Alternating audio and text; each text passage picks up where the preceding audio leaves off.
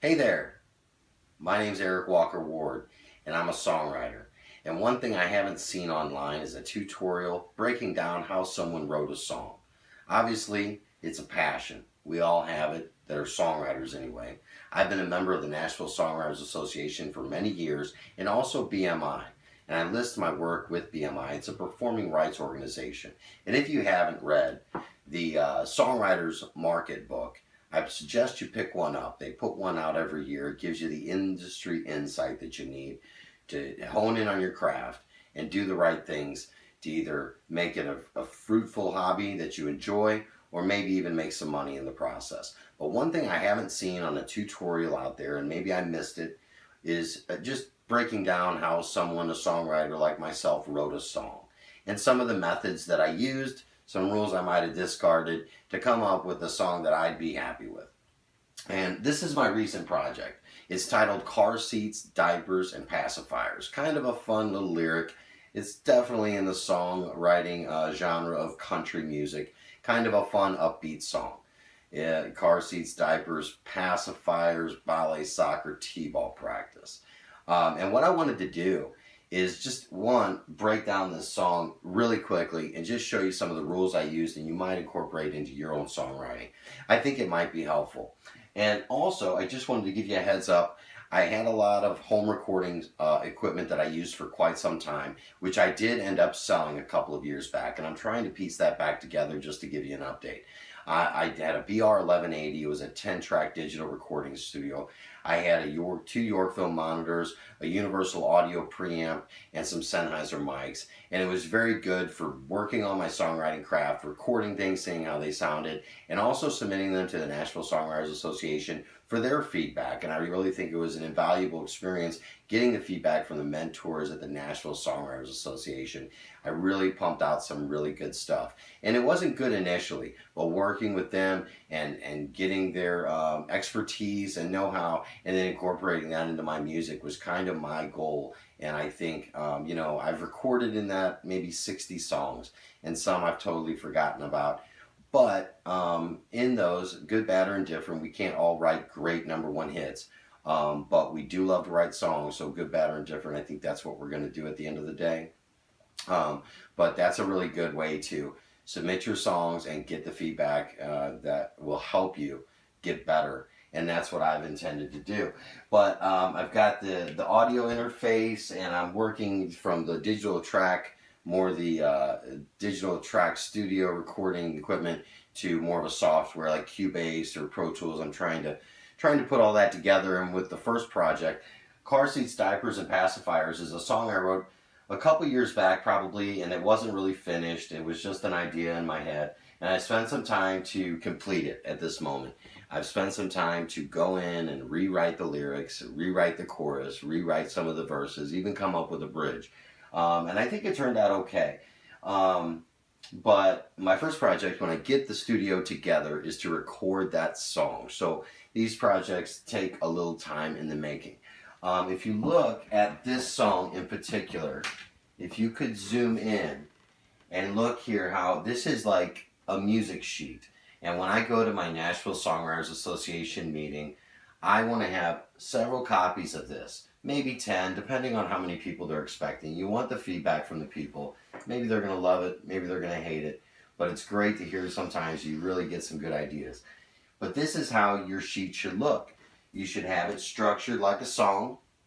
You should have it at the top and at the bottom, the title of the song, who wrote it, which is me, yours truly, and that you're a member of NSAI, or BMI, or one or the other. Or if you're not, don't put that on there, but definitely put the date. And in that way, that's your kind of your copyright, and you own a copyright to a song as soon as you write it down or you stamp it on a recording. That you have full rights to that song.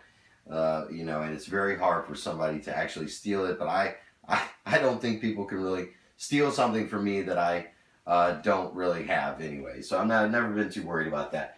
But the way this goes is you got verse 1 here, and it's labeled verse 1, and it just comes down 3 lines. I could have made that 4 with the way the the rhyme scheme was. And then you go verse 2. And then we've got a pre-chorus, and it's just one line. It's maybe 2 chords, and then it goes into the chorus, which is a very short and to the point chorus. It rhymes in the punch line, and I'll kind of get to that in just 2 seconds. But then I go to verse 3 and it's labeled. And then I go to verse 4 and it's labeled. And then we got another pre-chorus, and I just wrote, repeat this chorus. And then we've got a bridge. And then at the end of the song, and like most songs, we'll repeat the chorus at the end and kind of drive the song home. So the way the rhyme scheme goes is I was a Bronco buck at 16. I was fast as hell on the football team. So that's a rhyme, okay? And what you're going to find, and it is kind of a rule that a lot of songwriters follow, is they want to keep that rhyme scheme going because that's what really brings the attention of the listener, is that rhyme scheme consistency, okay? So 16 and teen. And then the next verse, kind of the same way. Then let me go back. The last line on the first verse is, I just wanted to be seen by all the girls, which when you're young, that's probably not unusual. Verse 2 is, I met a girl that I really liked. And you see how the length is pretty much similar to that one. So my syllables are pretty spot on because of the length of writing it out and it being like that. I met a girl that I really liked. We decided we would share a life. So that rhyme scheme is consistent with these two up here. And then the last one rhymes with the last line on the verse 1. We make her my wife and center of my world. That line rhymes with that one. And it's consistent in verse 3. The days are long, but the years fly by, and the kids are gone at the blink of an eye. Pretty consistent on that rhyme scheme. On those first 2 lines of every verse, those rhyme. And the last line rhymes with the last line. So you want to keep that because that really solidifies it in the listener's mind. And it really brings it home for them. And then with your chorus, my chorus is very short and to the point, which is choruses have a length kind of suggestion as to what the length should or shouldn't be. 4 lines is typically, you don't want to do too much there. It's kind of a sing-along type of thing on the chorus. It says car seats, diapers, pacifiers, ballet, soccer, t-ball practice, cute little demons, pretty little liars, car seats, diapers, and pacifiers. So that's how that goes. And then you go back into the cadence with the verses, okay? And just to show you kind of what we're doing here, it's really nothing out of the ordinary. It's just 3 chords in the truth. It's a G. Was a Bronco buck when I was 16. I was fast as hell on the football team. I just wanted to be seen by all the girls. Get a girl I really like. We decided we'd share a life. Make her my wife and center of my world. And then you got this in. We had kids. We were knee deep, and that's just a C, D, C, D. And that's my pre-chorus. And then it goes, car seats, diapers, and pacifiers, cute little demons, pretty little liars. And so when I go into the chorus, like musically, it changes. It goes G, D, C, D, and G, B minor, C, D.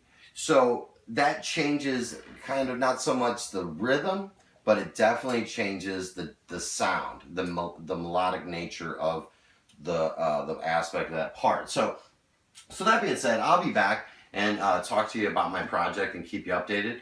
And thanks for watching.